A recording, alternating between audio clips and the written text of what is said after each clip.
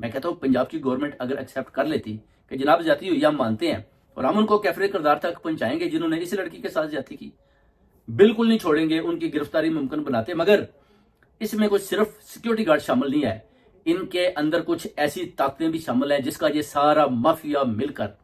ان کو بچانے کے لیے دوڑ رہا ہے، اپنی طاقت سے زور لگا رہا ہے، بھرپور زور لگا رہا ہے کہ ان کو بچایا جائے۔ مریم نواز بھی زور لگا رہی ہے۔ آخر وہ کون لوگ ہیں جن کو بچانے کے لیے یہ سارا مافیا مل کر زور لگا رہا ہے؟ ان کے نام سامنے آنے چاہیے۔ سیکیورٹی گارڈ تو ایک طرف ہے، یہ تو میں بار بار کہہ رہا ہوں کہ صرف سیکیورٹی گارڈ نہیں ہے، ان کے پیچھے جو لوگ ہیں وہ اور ہیں، یہ ان کو پتا ہے، مریم نواز جانتی ہے۔ اور اگر وہ لوگ پکڑے جاتے ہیں، سامنے آ جاتے ہیں یہ وہ لوگ ہیں، تو پھر یہی پرچہ آپ مریم نواز کے اوپر بھی کٹوا سکتے ہیں کہ آپ کو پتا تھا اور آپ نے غلط قسم کی پریس کانفرنس کر کے بیہودہ قسم کی آپ نے اسٹوڈنٹس کے خلاف باتیں کی اور ان کے اوپر بتایا جی کہ یہ غلط الزام ہے۔ تو یہ سب کچھ سامنے آ گیا، جب سامنے آ جائے گا تو پھر یہ بھی اس اہل نہیں رہیں گی کہ یہ